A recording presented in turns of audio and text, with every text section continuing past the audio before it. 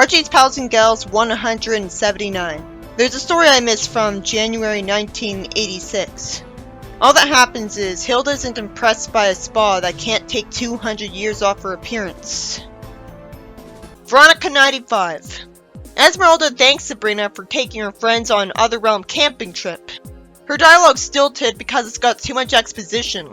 Sabrina's happy to help and offers to warm them up food on a campfire, but one of them would rather summon a dining table with candles, food, and chairs. Archie and Friends 1992, 39. Sabrina and her aunts go to a street corner on Sabrina's suggestion. A closet appears, and out of nowhere, a guy with a blue uniform pushes them into the thing, which is crowded. And Hilda says they've got to get their magic closet fixed because she hates public transit closets to the other realm. Why can't she zap up a new magic closet? These are the same people who could zap up something as complicated as living things. And why wouldn't they just warp to the other realm directly? They weren't too afraid of telefragging to do that in the 70s, where they never even had a portal to the Hex world. Betty and Veronica 144. Sabrina sees a delivery truck, and a guy brings her a box to sign for from the kitty toy company. So she's annoyed at Salem for ordering things online again. Hilda could zap up gold to sell to pay for it. But really, why doesn't Salem zap up this food for free? Cheryl Blossom 1997, 34. Cheryl and her brother are at the beach, and her brother wonders who that great-looking girl is. Cheryl's intimidated because it's Sabrina, who he somehow doesn't recognize. And because he wonders why, this explains why she has to tell him why, even though he might not believe her. She says that she had a weird experience with her the first time she met her at a camp, after leaving her limo. If she's the type of person to happily say hi to her and Chloe on their first meeting, why did she tell them they were wearing yesterday's outfits if she was also nice enough to give them cool new clothes? No one would be dumb enough to think that wouldn't offend them. The camp counselor gets told that she brought her own lodgings. Why does she want Sabrina and Chloe to be her bunkmates? This is forced. She'd have seen their annoyed expressions and realized they don't like her. Later that week, we see Chloe with a great hairstyle. So it's a shame she complains about Cheryl doing that for her and tells Sabrina to change it back. Cheryl was so desperate to get her to like her that she convinced herself she'd appreciate her improving her hair. She tells her to keep it down, and it's nice enough to return her hair to normal. And her hair's still brown. Why wasn't her hair red in the story? Her hair's supposed to be red. It's bad enough that the artist for the Sabrina 2000s comic stories never cared enough to keep her eye color consistent, which is even more confusing. She thanks Sabrina, who's smart enough to know that Cheryl meant well, while Chloe doubts her for no reason. Sabrina suggests swimming down at the lake to have fun. I'm glad we're seeing this from Sabrina's point of view, even though it's a flashback told by Cheryl, who wouldn't know this happened. Then Chloe's annoyed that Cheryl's the star of a fashion show and making people watch instead of swim. This is forced too. Why would she think people would find this acceptable? Sabrina's nice enough to compliment her outfit anyways. And Chloe somehow says she's worse than Jem, even though it's been blatantly obvious the entire story that she's a good person. She would have been reminded of Jem as soon as she left her limo, but she would have known she was better than Jem when she offered her some clothes, which she should have been thankful for. Why does everything about this writing have to be forced just because it's an animated series story? I was excited for this. I wanted to give it a chance because I love the idea of an animated series story that was good because it wasn't in that comic. So there's no excuse for it being pathetically written. It's in the same comic as stories that are actually good. So why was this given no quality control? Sabrina says she should relax because she's just outgoing. Chloe says Cheryl is pushy, self-centered, and a flirt. That's true, but that doesn't justify her telling Sabrina to zap her out of the camp, even if all of the girls are fed up with her behavior. Because that would terrify someone who's clearly a nice person, if impossibly stupid. Even for someone who tells her to zap a guy who stole her ticket in the 2000s comic to the North Pole, this is still evil to the point of being out of character for her. because a lot of times she tells Sabrina she shouldn't use magic. It's also forced that Cheryl can't hear their conversation. Sabrina fortunately refuses and says you need to have tolerance to deal with people. Then she sees that she's flirting with Harvey and loses her temper and says she has to go. Even though she could just use magic to brainwash her into not flirting with Harvey anymore, or brainwash him into not being into her. Or at least jinx him so that he's considered too unlucky for her to want to be around.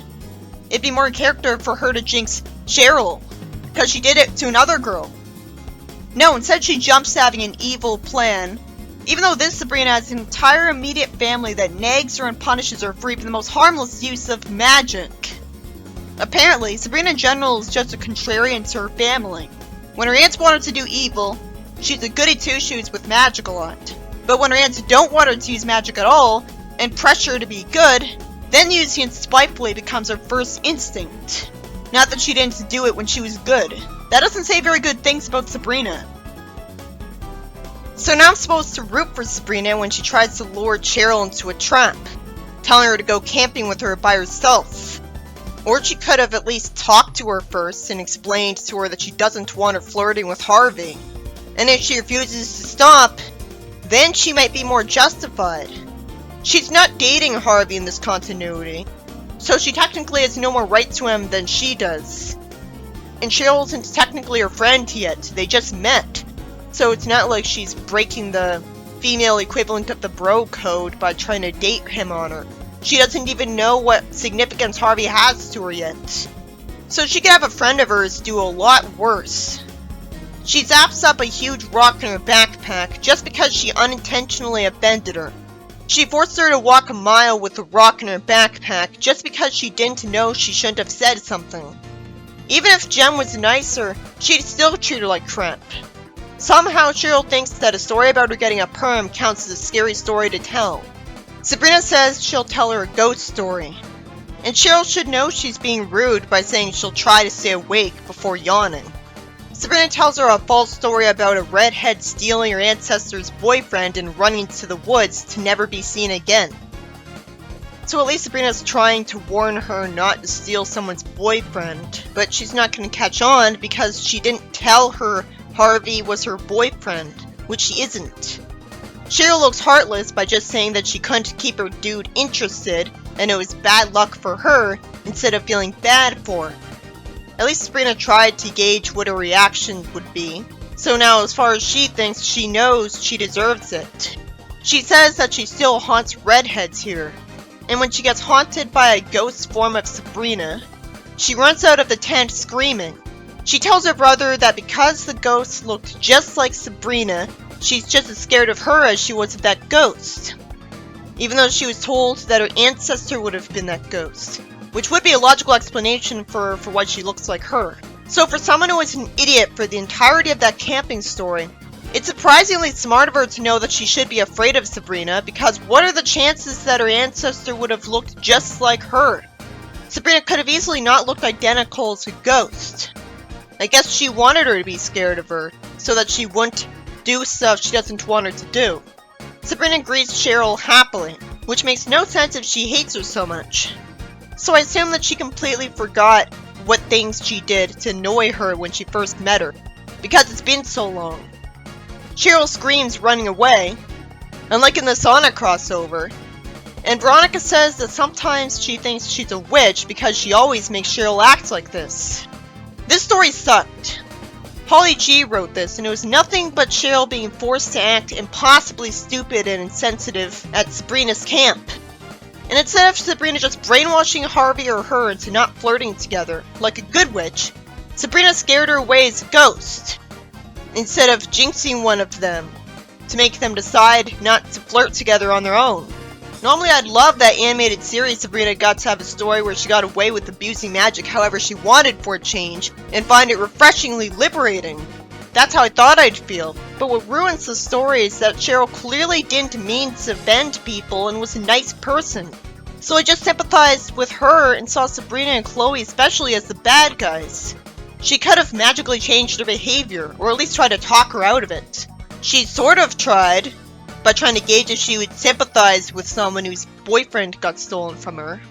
I don't understand why the entirety of the animated series is cursed to be way worse in writing, when every era of Sabrina before this is nearly the same in quality despite also having kids as the target audience. Why did they have Holly G be the writer of this? Someone who wrote, like, a comedy page of the 2000s comic.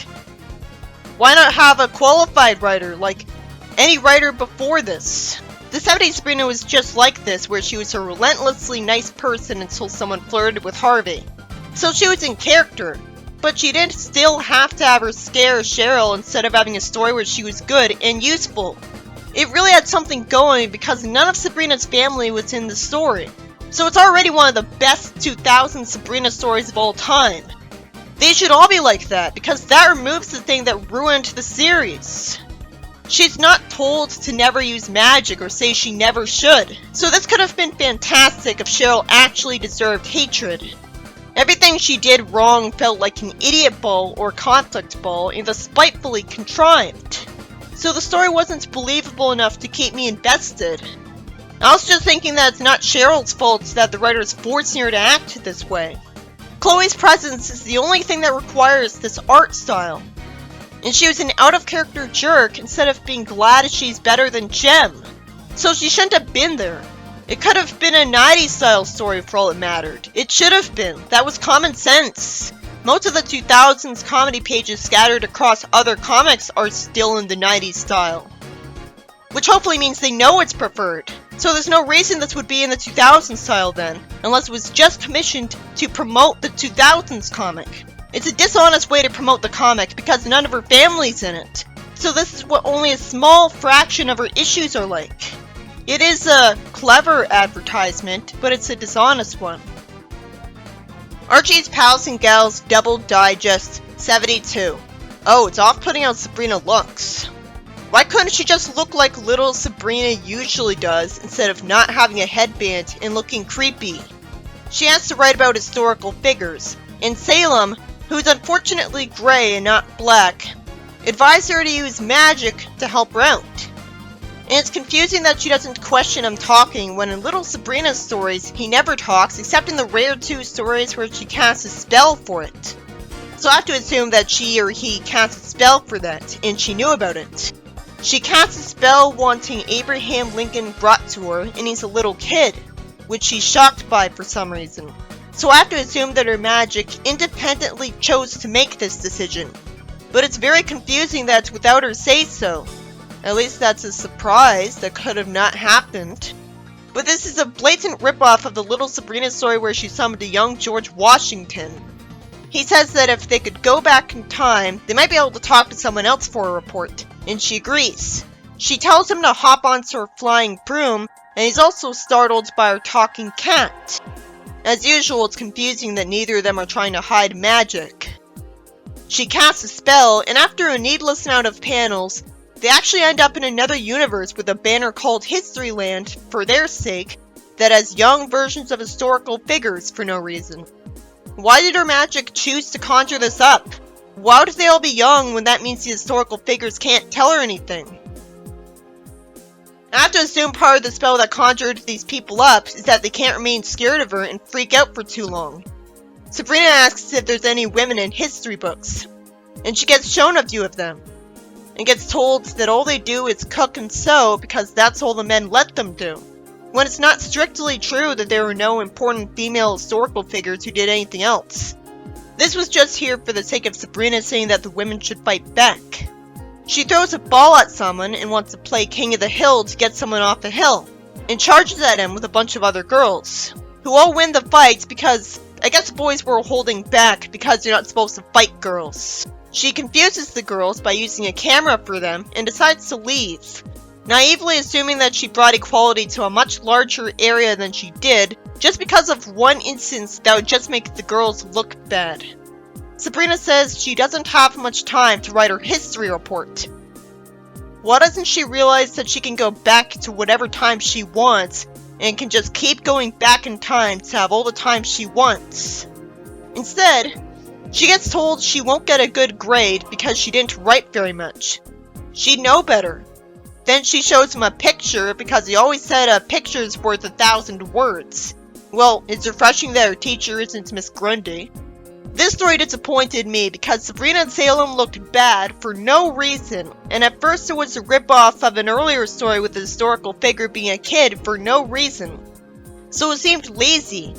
Then Sabrina goes to another universe with a bunch of other historical figures all in one place for her, and they're all kids. But there's no reason for magic to do that, because they have nothing to tell her them. So she gets a bad grade when she should have known better.